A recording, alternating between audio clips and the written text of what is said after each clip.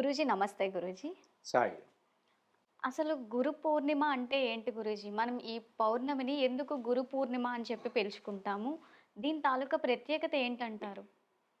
గురు పౌర్ణిమ గురించి చెప్పాలనుకుంటే, ముందు మన భారతదేశంలో జరిగిన అనేక విశేషాలు, వింతలు, విచిత్రాలు ఇవన్నీ ఎన్నో ఉన్నాయి. అందులో ఒకటి వ్యాస పౌర్ణిమ అని చెప్పుకోవాలి. గురు పౌర్ణిమ అంటే వ్యాస పౌర్ణిమ. వ్యాసుడు జన్మించిన యొక్క తిథి ఆషాఢ పౌర్ణమి. ఆషాఢ పౌర్ణమిని వ్యాస పౌర్ణిమ అంటారు. అది దానికి ఎందుకంత ప్రత్యేకత, ప్రాశస్త్యం అంటే, దానికి ఎంతో విశిష్టతో కూడుకున్నటువంటి కారణాలున్నాయి. ఆ పర్టిక్యులర్ ముహూర్తంలో ఒక దైవాంశ సంభూతుడు జన్మిస్తాడు అన్న విషయము పరాశర మహర్షికి తెలిసింది. పరాశర మహర్షి ఎవరు? ఆయన గొప్ప ముని, గొప్ప వేదాంతము తెలిసినవాడు, జ్ఞాని, జ్యోతిష్ శాస్త్రం గురించి కూలంకషంగా తెలిసినవాడు, కొంత కాలజ్ఞానం కూడా ఉన్నవాడు. అతనికి తెలుస్తుంది ఈ ఫలానా ముహూర్తంలో ఒక దైవాంశ సంభూతుడు జన్మించబోతాడు. ఆ జన్మకి తను కారణం కావలసి ఉంది. ఆయన బ్రహ్మచారి, ఆయనకు భార్య పిల్లలు లేరు, ఎవరు లేరు, ఒకడే ఉంటాడు, ఎక్కడో తపస్సు చేసుకునేవాడు. సో ఈ పర్పస్ కోసమని అతనికి ఆ సమయంలో ఎవరు కనిపిస్తారో, ఎట్లా కనిపిస్తారో అదంతా అతనికి ఏమీ తెలియదు. తన ప్రయాణంలో ఒక నది దాటవలసి వస్తుంది. అక్కడ నదిని దాటుతున్నటువంటి ఒక కన్య కనపడుతుంది. తండ్రి రాకపోతే తండ్రి ధర్మం తను నిర్వర్తించడానికని, అంటే ఇటుపక్కన ఉన్న వాళ్ళని అటుపక్కని, అటుపక్కన వాళ్ళని ఇటుపక్కన నది దాటిస్తే పని అది. సో అతనికి తెలిసిపోతుంది. ఆమెకి తను చూస్తేనేమో బ్రహ్మాండమైన వర్చస్సుతో వెలిగిపోతూ ఉంటాడు. ఈమెను చూస్తాడు, చూసి తను తెలుసుకుంటాడు, ఆ పుట్టబోయేటటువంటి దైవాంశ సంభూతుడికి ఈ ఈ ముహూర్తం కుదురుతుంది, ఈ ముహూర్తంలో నాకు ఈ అమ్మాయి కనపడింది. అతడు చాలా హంబుల్గా తన రిక్వెస్ట్ చెప్తాడు అమ్మాయికి. ఆయనేమో చూడబోతే గొప్ప జ్ఞాని, చూస్తే తెలిసిపోతా ఉంది, ఇంత గొప్ప జ్ఞాని ఇట్లా అడుగుతున్నాడేమి అనుకొని కూడా ఆ అమ్మాయి, అంటే అప్పుడు ఉండేటటువంటి జ్ఞానులు ఇటువంటి వాళ్ళ యొక్క ఏదైనా ఒక పని చేస్తున్నారంటే దానికి ఒక కారణం ఉంటుంది, అంటే ఒక ఒక విశేషమైన కారణం ఉంటుంది. ఇంతటి వాడు ఇట్లా అడుగుతున్నాడని ఆ అమ్మాయి కొంచెం సంశయపడి తర్వాత అంటుంది, నేను పెళ్లి కాలేదు, కన్నపిల్లను, ఇట్లా కోరటం తగునా మీకు అంటే చెప్తాడు, నీ కన్యత్వానికి ఏమీ భంగం కాదు అంటది. ఈమెకి అంతా, ఈమె ఒంట్లో నుంచి అంతా కూడా చేపల దుర్గంధం వస్తూ ఉంటుంది. ఎవరు ఈమెను దూరంగా పెడుతూ ఉంటారు, ఈమె దగ్గరికి వస్తే చాలా విపరీతమైన చేపల వాసన, మత్స్యగంధి అంటారు. ఆమె అసలు పేరు సత్యవతి. ఇంత ఈ విధమైనటువంటి వాసన ఉంది, జుగుప్సాకరమైనటువంటి వాసన, నేనెట్లా నచ్చాను నీకు అంటుంది. అంటే నువ్వు నచ్చటం కాదు, ఇక్కడ ఈ ముహూర్తానికి ఈ పని జరగాలి, దైవాంశ సంభూతుడు జన్మనివ్వాలి. సో ఈ ఈ గంధాన్నంతా నేను తీసేస్తున్నాను, నీకు పరిమళాన్ని ఇస్తున్నాను అంటాడు. ఆ క్షణంలోనే ఆమెకున్నటువంటి ఆ చేపల వాసన అంతా పోతుంది, అద్భుతమైన సువాసన తయారవుతుంది ఆమె బాడీ అంతా. అది ఒక యోజనం దూరం విస్తరిస్తుంది ఆమె సువాసన. అందుకని ఆమెను యోజన గంధి అని కూడా అంటారు. ఆమె ఆశ్చర్యపోతుంది, ఇంత మహత్తు ఉన్నవాడు ఇట్లాంటి కోరిక కోరాడు, ఏదో బలమైన కారణం ఉండే ఉంటుంది, ఎవరు చూడటానికి వీల్లేదు.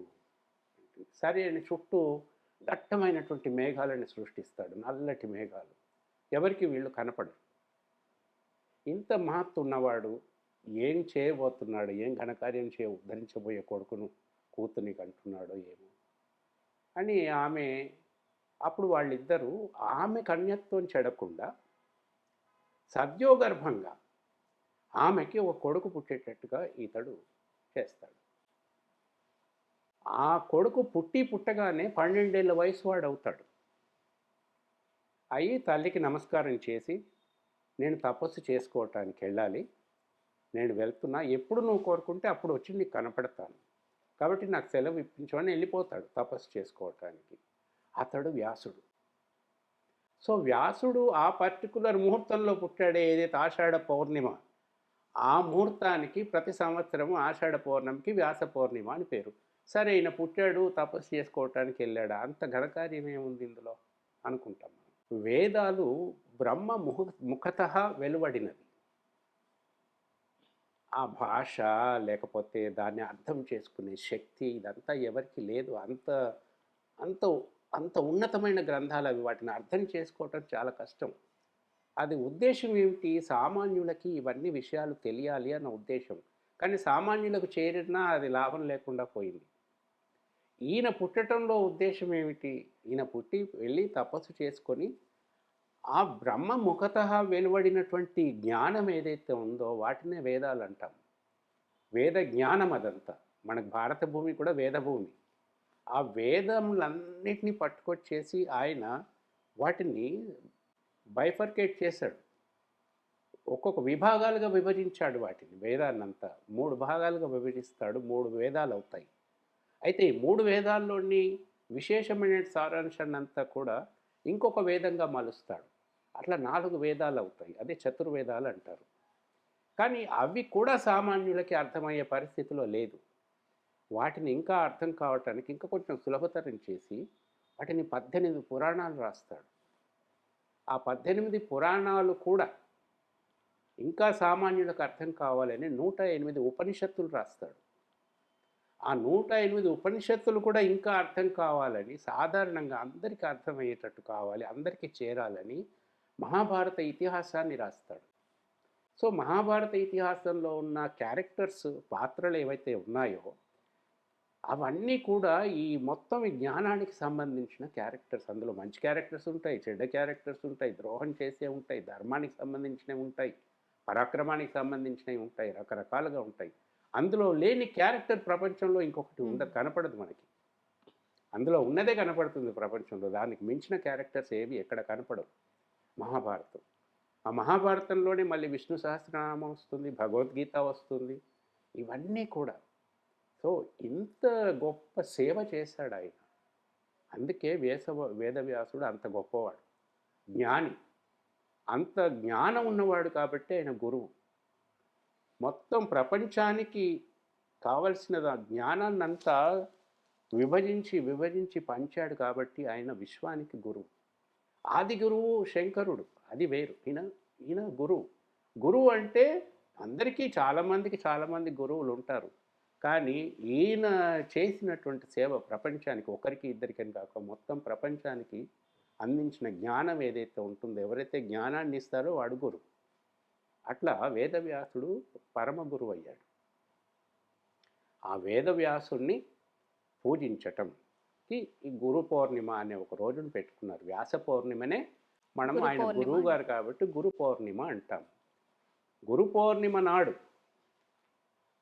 వేదవ్యాసుని తప్ప ఇంకొకరిని ఎవరిని పూజించటానికి వీల్లేదు. ఇంకెవరికి ఆ గురుస్థానం ఉండదు. అంటే జనరల్‌గా మనకి తల్లి కూడా మొదటి గురువు అంటారు. అంటే తల్లి తండ్రుల్ని పూజించినా సరే, ఈ గురువుకి పూజించినంత ఫలితం వస్తుంది అనని. అవును, తప్పదు. అందులో అతిశయోక్తి ఏముంది? అది కరెక్టే. అయితే వేదవ్యాసునికి సంబంధించినంత వరకు ఆయన త్రిమూర్తుల యొక్క అవతారం అని చెప్పుకుంటారు. అంటే ఇప్పుడు బ్రహ్మ ఉన్నాడు. బ్రహ్మకి 4 ముఖాలు. కానీ ఈయన ఒక్క ముఖము మాత్రమే ఉన్నటువంటి బ్రహ్మదేవుడు. విష్ణువుకి 4 చేతులు, కానీ ఈయన 2 చేతులు మాత్రమే ఉన్న విష్ణుమూర్తి. శివుడికి 3 కళ్ళు, కానీ ఈయన 2 కళ్ళు మాత్రమే ఉన్న శివుడు. అట్లా త్రిమూర్తుల యొక్క ఐక్య అవతారము వ్యాసుడు అని చెప్పుకుంటారు. మనకు చాలా సందర్భాలలో ఈ ప్రసక్తి వస్తూ ఉంటుంది. అంత గొప్పవాడు వ్యాసుడు. ఇంకా వ్యాసునికి తప్ప ఇంకెవరికి ఆ స్థానం ఇవ్వకూడదు. గురు పౌర్ణిమ స్థానం. గురువులు అందరికీ ఉంటారు. గురు పౌర్ణిమ నాడు తమ గురువులో వేదవ్యాసుని చూసుకొని గురువుకి పూజలు చేయటం అది చేస్తారు. కానీ ఎక్కడైనా కూడా మనము గురు పౌర్ణిమ అంటే వ్యాస పౌర్ణిమ మాత్రమే, ఇంకొకరు ఎవ్వరు గురువు కాదు. ఇక తర్వాత చాలామంది గురువులు తయారైపోయారు. ఎవరి గురువును వాళ్ళు పూజించుకుంటారు. గురు పౌర్ణిమ కాబట్టి గురువును పూజించాలనుకుంటారు. కానీ ఇది వ్యాస పౌర్ణిమ, వ్యాసుని పూజించాలి. అన్ మనకి వ్యాస మహర్షికి సంబంధించి గుడులు గాని ఏమీ లేవు కదా గురూజీ. మరి ఏ విధంగా మనం పూజ చేయాలి? ఎందుకమ్మా వ్యాస మహర్షికి గుడులున్నాయి. మనకి ఇప్పుడు ప్రాచుర్యంలో ఉన్న గుడులు లేకపోవచ్చు. మనకి చాలా చోట్ల వ్యాస గుడి ఉన్నాయి. చాలా ఉన్నాయి. దానికి వచ్చిన ప్రాచుర్యం లేదు. ఇంకొకటి తెలిసిన గొప్ప జ్ఞానులు వీళ్ళంతా ఎవరైతే ఉంటారో, వీళ్ళు వాళ్ళకి ఒక పెద్ద గుర్తింపు రావాలని ఎప్పుడు కోరుకోరు. ఒక నిజము మీరు నమ్మినా నమ్మకపోయినా దాని ప్రభావాన్ని కలిగి ఉంటుంది. ఒక అబద్ధము మీరు నమ్మితేనే దాని ప్రభావం. నమ్మకపోతే అది నథింగ్. కానీ నిజం అనేది నమ్మినా నమ్మకపోయినా దాని ప్రభావం దానికి ఉంటుంది. అట్లాగే వ్యాసుల వారు. ఆయన ఇవన్నీ పెద్దగా పట్టించుకోలేదు. కావాలని కోరుకున్నవాడు కాదు. కానీ ఈ ప్రాచుర్యంలో చాలా గుడులు చాలామంది గురువులకి ఉన్నాయి. అందుకే చెప్పేది ఏమిటంటే ఏమంటే చాగంటి గారు కూడా చెప్తారు. వ్యాస పౌర్ణిమ అంటే గురు పౌర్ణిమ అంటాము. గురు పౌర్ణిమ కాబట్టి అందరు గురువులు కాదు. వ్యాసుడు మాత్రమే గురువు. ఆయన టెంపుల్స్ శ్రీలంకలో ఉన్నాయి. హిమాలయాస్‌లో చాలా కనపడతాయి మనకి. కొన్ని పుణ్యక్షేత్రాలలో ఉన్నాయి. కానీ పెద్దగా ప్రాచుర్యం లేవు. మనం ఆ ప్రాచుర్యం తీసుకురావాలా. గురు పౌర్ణిమ అంటే వ్యాసుడికి సంబంధించిన గుడి కడితే ఎవరన్నా వద్దంటారా? కట్టుకోవచ్చు కదా! అంటే అట్లా ఇప్పుడు మనకి ఇండ్ల దగ్గర రామాలయం గాని, వెంకటేశ్వర స్వామి గుడి గాని, శివాలయం గాని ఖచ్చితంగా ప్రతి ఏరియాలోని మనకు కనిపిస్తూ ఉంటాయి. కానీ అలా వ్యాస భగవానుల వారిది కనిపించదు. మరి ఇంట్లో గాని, లేపోతే ఎక్కడికెళ్ళి పూజ చేయాలి? ఒకవేళ ఇంట్లోనే పూజ చేయాలంటే ఏ విధంగా పూజ చేయాలంటారు? ఏమమ్మా ఇప్పుడు వ్యాసుడు ఎట్లా ఉంటాడో మనకు తెలియదు. హ్మ్. శివుడు ఎట్లా ఉంటాడో తెలియదు. ఇవి కేవలం మన ఊహాజనితమైన రూపాలు మాత్రమే. వాటికి మనము అంకితమై పూజలు చేస్తూ ఉంటే వాటికొచ్చే ప్రాశస్త్యత మనకి అనిపిస్తుంది. అట్లాగే వ్యాసుడికి సంబంధించి కూడా ఆయన ఎట్లా ఉంటారో మనకు తెలియదు. ఆ వ్యాస రూపంలో మనం కోరుకున్న రూపంలో ఆయన విగ్రహ ప్రతిష్టాపన చేసి పూజలు చేయవచ్చు. ఎవరు వద్దంటారు? ఇక మీరన్నారు తల్లి ప్రథమ గురువు అని. ఎవరికైనా తల్లి మొదటి గురువు తల్లే. తర్వాతే మిగతా వాళ్ళందరూ వస్తారు. మనకు విద్యాబుద్ధులు నేర్పినటువంటి గురువులు కూడా ఉంటారు. అయితే ఏమిటంటే మనం వ్యాస పౌర్ణిమ అంటే వ్యాసుడికి పూజలు చేయాలి, గుడికెళ్ళాలి, ఉంటే చేయాలి అంతా ఓకే. కానీ ఆయన పరంపర ఉంటుంది కదా! హ్మ్. గురు పరంపర అని ఒకటి ఉంటుంది. ఉంటుంది. మనకి పీఠాలలో అక్కడిక్కడ కనపడతాయి పరంపరలు. ఆ పరంపరలు ఎవరు, ఎక్కడ, ఏమిటి అంతా మనకు తెలియదు. కానీ మన కళ్ళ ముందు మనకు విద్య నేర్పినటువంటి గురువు కనపడితే ఓకే. ఆయన్ని వ్యాసుల వారిని ఆయన నందు ప్రతిష్ఠించుకొని మనం దండం పెట్టుకోవచ్చు, పాదాభివందనం చేయవచ్చు. అందులో తప్పేం లేదు. ఇంకా గురు పౌర్ణిమ నాడు ఇంకా చేయవలసినది ఏమిటంటే మీరు చేసే పూజలు, పురస్కారాలు ఇవన్నీ మామూలే. గురు పౌర్ణిమ నాడు మనకు విద్యాబుద్ధులు నేర్పినటువంటి గురువులు ఎవరైనా కానీ వాళ్ళకి మనము సేవ చేయాలి. వాళ్ళు సంతోషపడే విధంగా కావాల్సిన సేవ చేయటం చాలా ముఖ్యమైన విషయం. గురువుకు సేవ చేయటం, తల్లికి సేవ చేయటం, తండ్రికి సేవ చేయటం ఇదంతా కూడా ఒకే విధమైన ఫలితాలను ఇస్తుంది. చూడండి కొంతమందికి కొన్ని రకాల దోషాలతో బాధపడుతూ ఉంటారు. వాళ్ళకి తల్లిదండ్రులకు సేవ చేస్తే ఆ దోషం పోతుంది. కొన్ని రకాల దోషాలు ఉంటాయి. వాడి గురువుకు పూజ చేయటం వల్ల ఆ దోషాలు పోతాయి. గురు పూజ ఎట్లా చేస్తారు? మామూలుగా తల్లిదండ్రులకు చేసే సేవలు సరే, గురువుకు మాత్రం అంటే ఇప్పుడు మనం ఒక స్కూల్లో చదువుతున్నాము. ఆ స్కూల్లో మన క్లాస్ టీచరే మన గురువు అనుకుంటాం చిన్నప్పుడు. కాలేజీలోకి వెళ్తాము. అక్కడ గురువు ఉంటారు. అక్కడి నుంచి సంసారంలోకి వస్తాము. ఇక్కడ అయోమయ పరిస్థితులు నెలకొంటాయి. ఏదో ప్రవచనాలు చూసో, ఏదో చూసి ఏదో ఒక గురువుకి ఆకర్షితులమవుతాం. ఆ గురువును సేవించడానికి మనసు కోరుకుంటుంది. అప్పుడు గురువు అవుతాడు. ఏదో మన కష్టంలో ఉన్నప్పుడు మనకు చిన్న ఉపదేశం ఇచ్చి, ఆ కష్టాన్ని పోగొడితే ఆయన మన గురువు అనుకుంటాం. ఇట్లా అనేక రకాలుగా గురువుని అంటే గురువుకి శిష్యుడు పరీక్షలు పెడతాడు.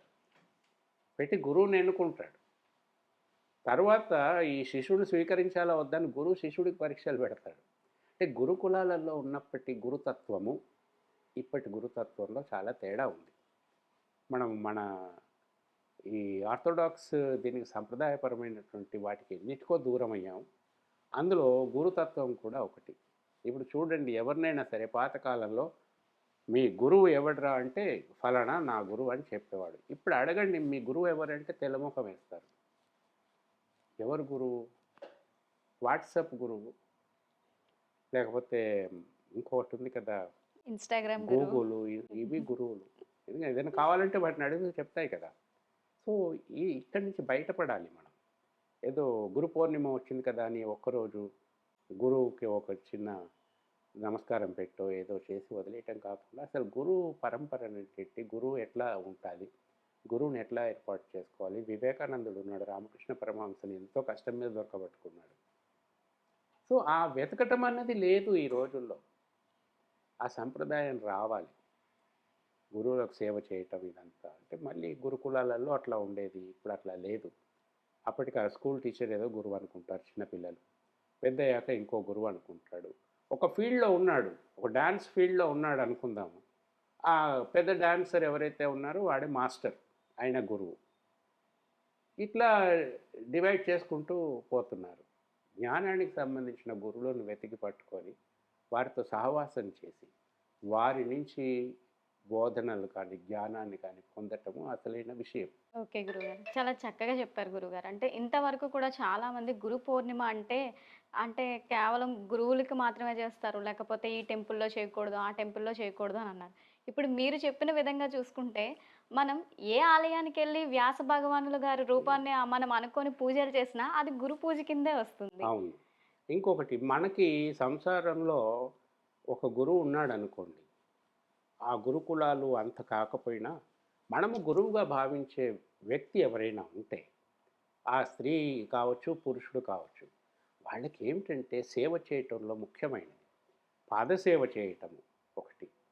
2 వారికి వస్త్రముని ఇవ్వటము.